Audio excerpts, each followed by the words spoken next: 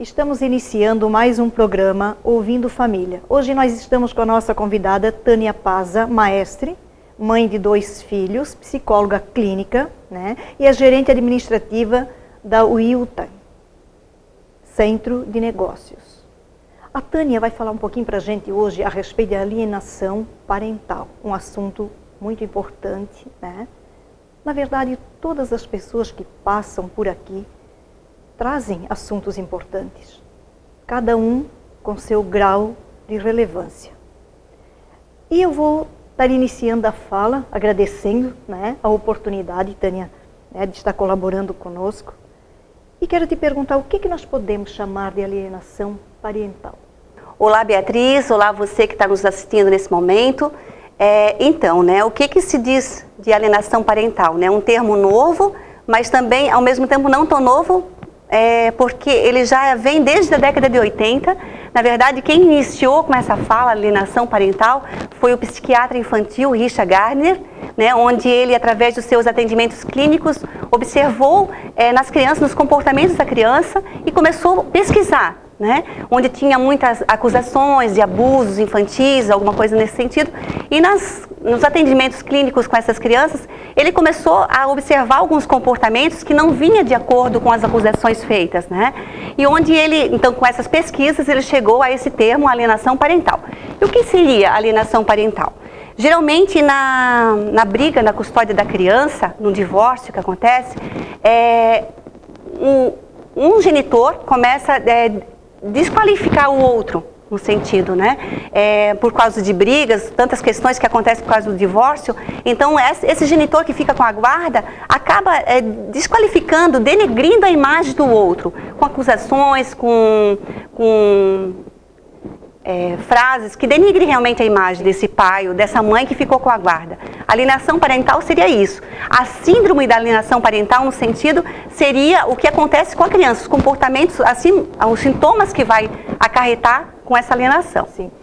Quando você estava falando, eu estava aqui observando. Sim. O que você pode, no seu entendimento, o que você pode perceber, o que tem em jogo com essas pessoas de se comportar dessa forma, né? A questão da alienação parental, porque na verdade nada mais é do que o que você falou, desqualificar uma pessoa. Certo. E o que está em jogo? O que na sua compreensão, na sua visão, enquanto psicóloga clínica, certo, que possivelmente muitos desses casos aparecem em consultório?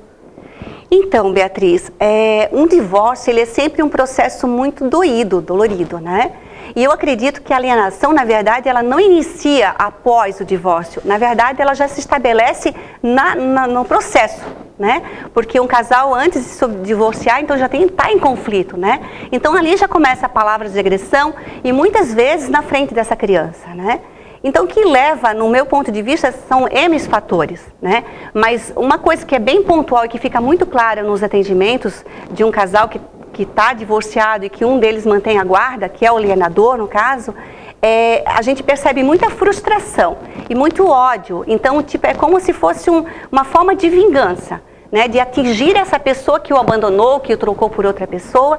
Então, sem muita sabedoria e com essa frustração toda, começa a projetar nessa criança toda essa raiva, toda essa frustração, né, falando mal. Então, com frases tipo assim, o seu pai não gosta de você, o seu pai nem se importa com a gente, está lá com outra família, né, e isso tudo vai colocando na cabecinha da criança e ela nem se dá conta o quanto, né?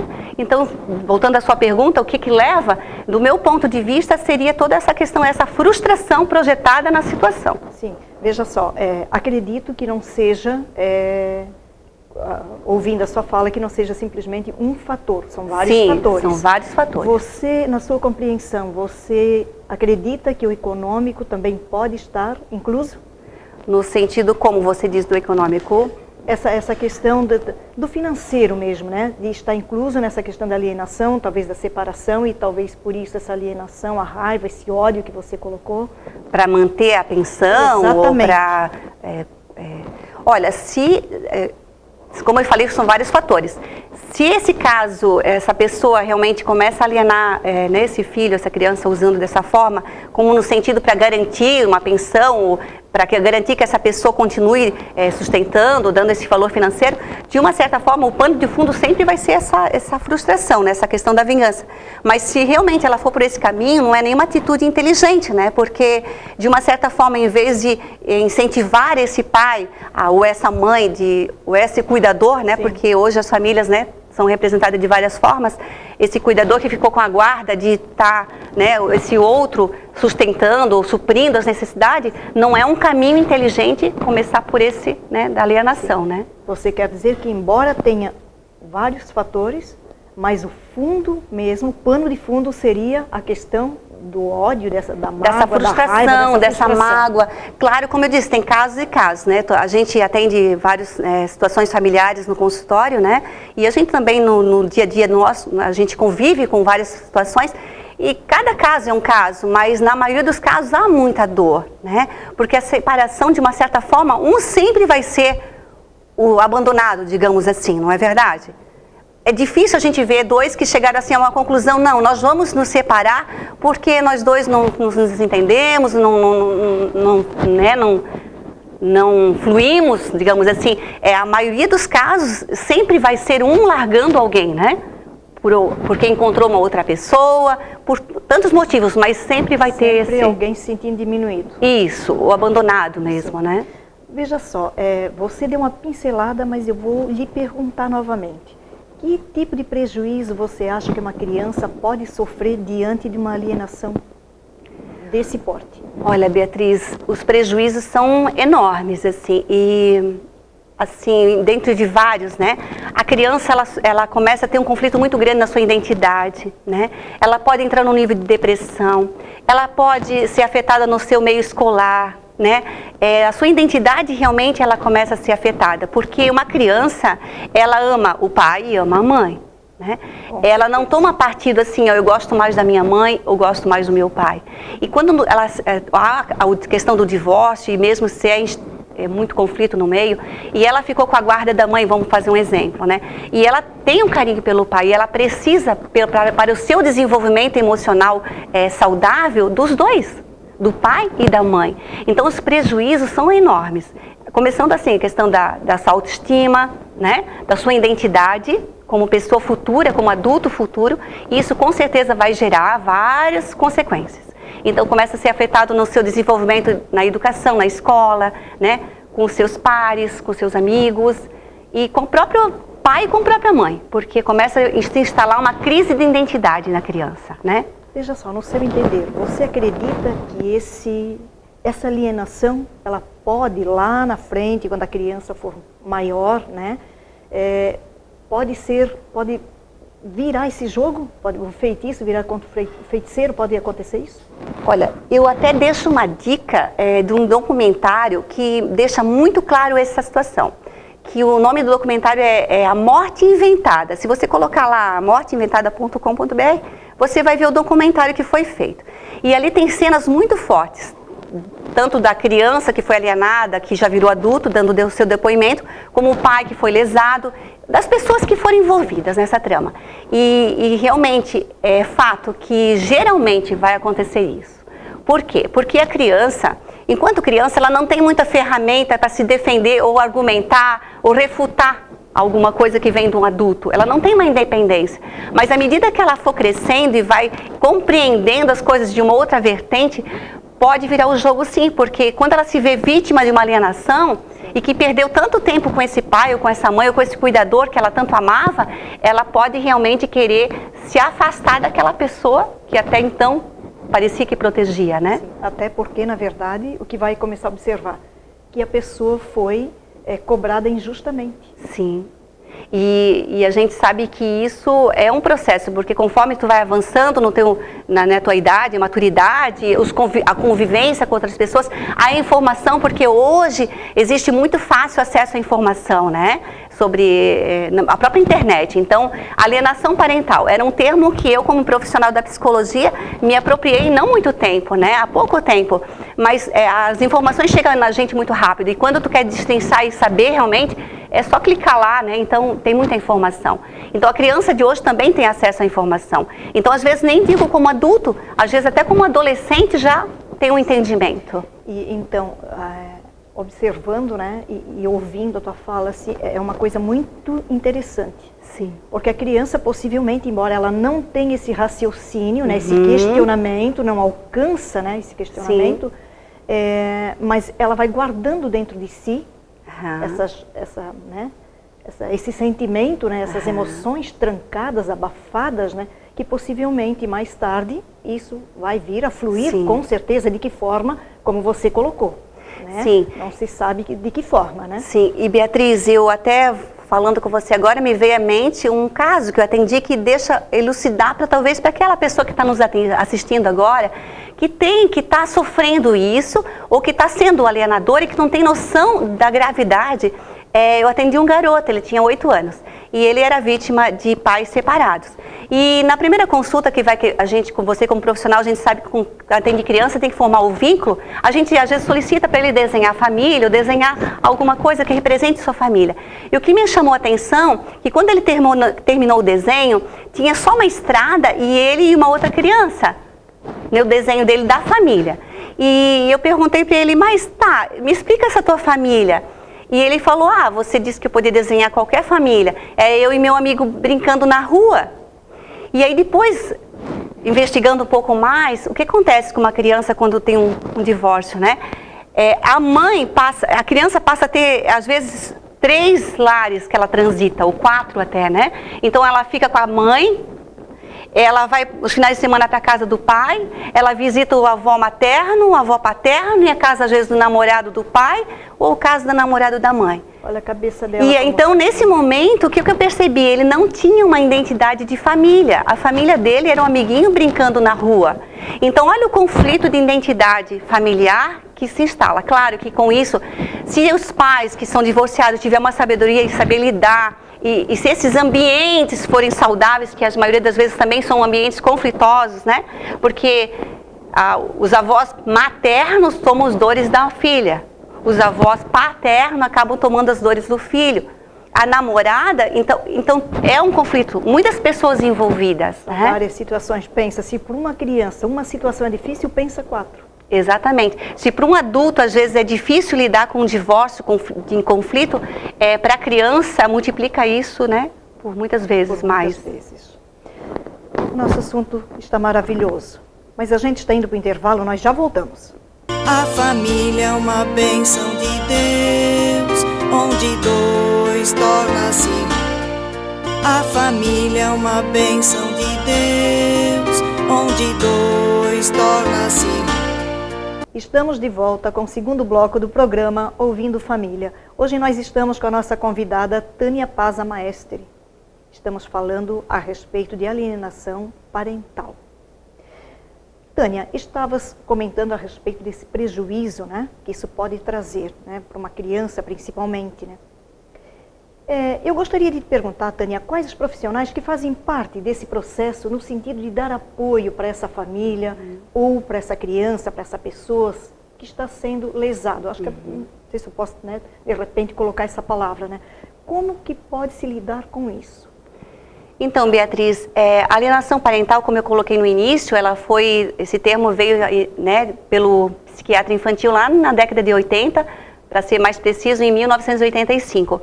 Tu vê que ela já vem de uma longa data.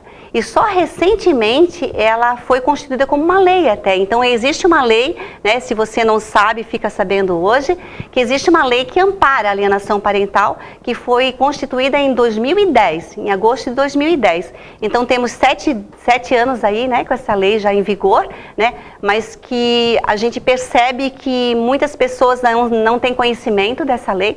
Então os profissionais envolvidos são a questão do direito, né, direito da família, da vara da família, assistentes sociais, os psicólogos, os psiquiatras.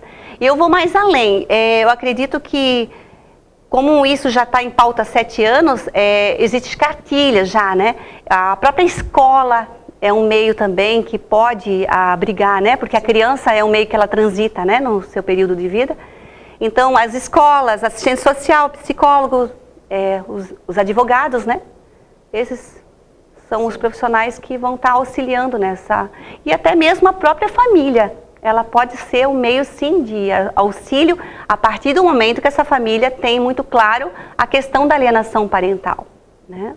Veja só, você consegue observar isso no consultório, se as famílias realmente conseguem observar, porque é exatamente essa pergunta que eu iria te fazer depois. Como você acredita que muitas pessoas podem sofrer desse mal e que pode também não ser detectado? Porque muitas vezes a família pode estar cometendo esse mal e, na verdade, ela não tem entendimento a respeito disso e para ela isso é muito normal. Eu, pesquisando a alienação parental, você vai perceber que existe a alienação que é passiva, no sentido de sem o entendimento, e tem aquela que é realmente com entendimento, com intenção mesmo de atingir. Essa é a mais grave, sim, porque essa vem com mais força, quando ela tem intenção realmente de prejudicar, realmente de projetar toda aquela frustração, essa é a mais complicada. Que é proposital mesmo. Isso, a proposital. E existe a alienação que é mais passiva, que é no sentido, ela não tem esse entendimento, né, da gravidade que está sendo. Agora, o que eu percebo no consultório, que geralmente uma pessoa nos procura com uma criança que está apresentando um problema na escola. E a gente sempre sabe que o que vem, aparentemente, não é, né? Geralmente tem outras questões, né? Então, o que acontece? Geralmente, eu já atendi no consultório o pai que trouxe, já atendi a avó que trouxe, ou a mãe que trouxe. Quem traz a criança está mais aberto ao tratamento. E quando a gente atende criança, às vezes há necessidade de chamar, então, a mãe, né?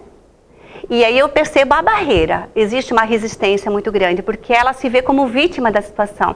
Ela pode até chegar no consultório, mas a gente percebe que ela tem uma barreira muito grande. Aí vem o desafio de nós como profissional, de trabalhar a criança, as partes individual, as partes em conjunto. Então é um desafio muito grande.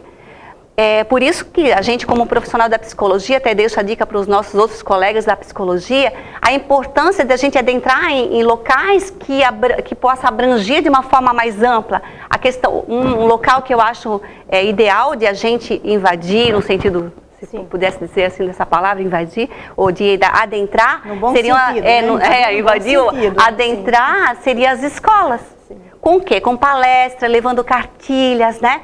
E fazendo uma palestra com os pais, com os familiares, a título de quê? De informação. Porque eu acredito que a partir do momento que a gente é vítima de uma alienação, porque há um sofrimento instalado, tanto para a mãe que está sendo alienadora, ela está em sofrimento. Então eu acredito muito que o profissional da psicologia ele pode se destacar muito nesse esquisito, né? Abraçando a causa no sentido assim, né? Então, dando continuidade à sua fala, o que seria então importante que as famílias mantivessem presente para que não caísse, né, na armadilha da alienação?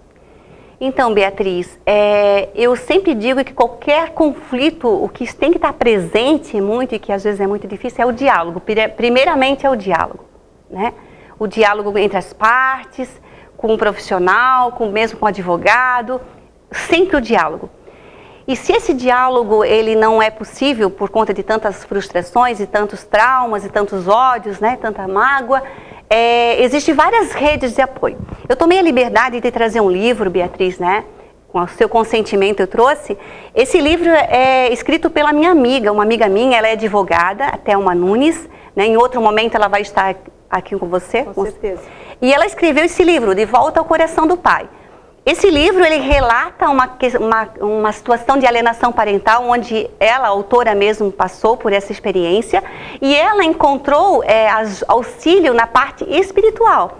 Porque a gente, como psicóloga, a gente sabe que existem várias redes de apoio. A família é uma rede de apoio, o trabalho é uma rede de apoio, as amizades, as associações que a gente participa, né, do bairro e tal. E a fé é uma rede de apoio. A Thelma, como escritora, ela escreveu esse De Volta ao Coração do Pai, que eu já trabalhei no meu consultório. Ele vai no caminho da fé, mas é um caminho que eu transito muito tranquila, porque a minha conclusão de curso foi nessa área. Para te ter uma ideia, o tema da pesquisa de conclusão de curso era a influência de um movimento cristão. A gente delimitou na fé cristã, porque o Brasil é um país cristão, né? E a gente delimitou a pesquisa, a influência que o movimento cristão repercute nas relações de pais e filhos adolescentes.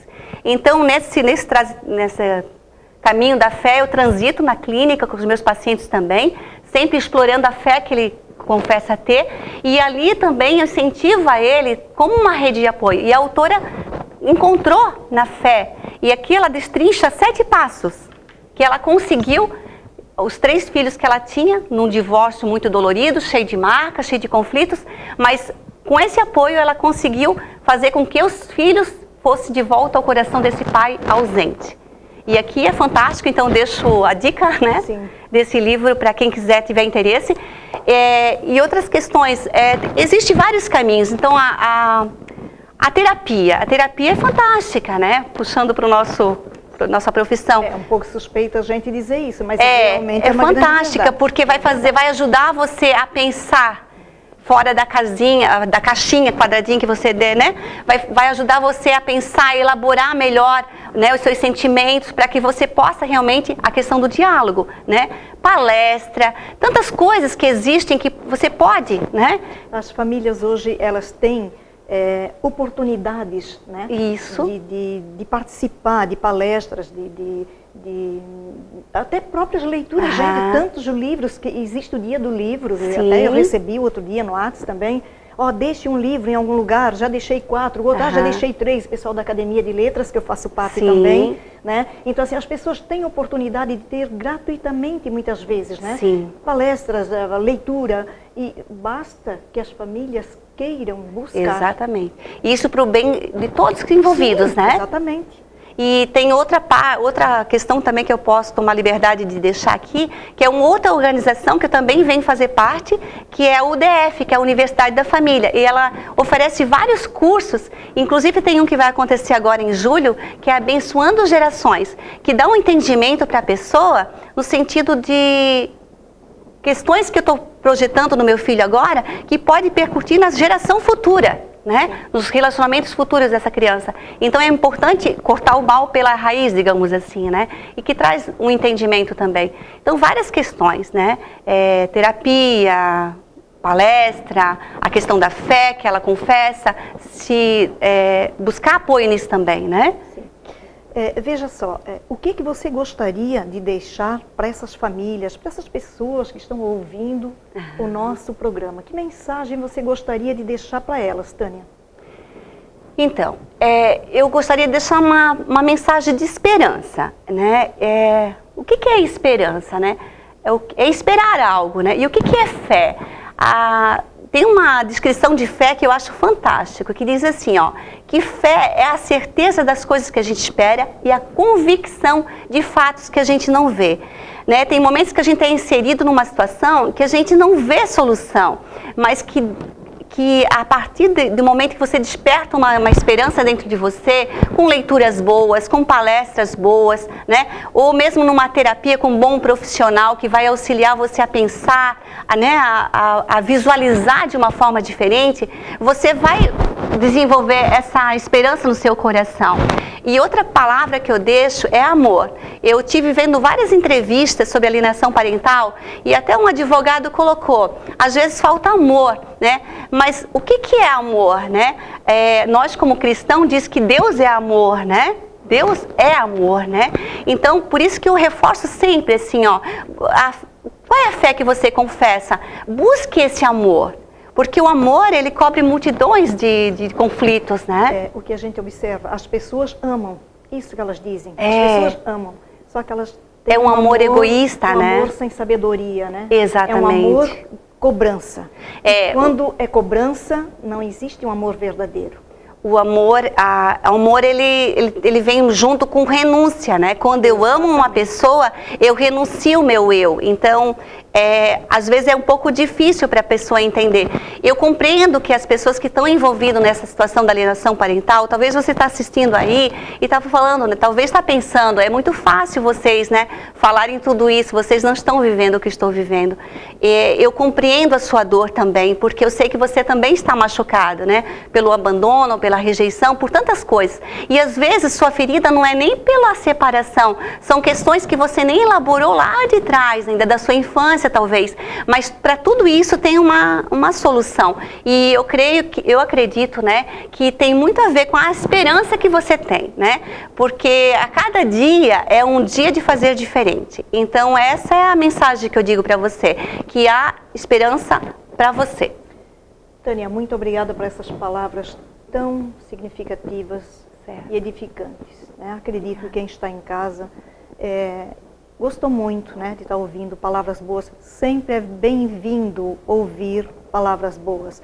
Eu só gostaria, antes de encerrar, de deixar o nome do meu livro, Se os Pais Soubessem Quanto São Importantes para Seus Filhos. Ele está na 3ª edição e a Tânia comentou uma parte muito importante a respeito da alienação, que ela falou a questão da separação de pai e mãe, que fala do filho, coloca contra o pai, coloca contra a mãe, e eu tenho no meu livro exatamente um capítulo que fala a respeito disso. É um livro muito simples, né, de boa leitura, de bom entendimento, e qualquer livraria tem o meu livro, ele é da editora Juruá. Eu agradeço as pessoas, né? Agradeço a audiência, agradeço os nossos amigos de longe que estão sempre em sintonia com a gente através do nosso programa, através do site, no YouTube. Nós temos nossos programas no YouTube também. Agradeço os nossos patrocinadores que nos dão a oportunidade de chegar até você com assuntos importantes, interessantes como esse. Fiquem com Deus e até a próxima semana.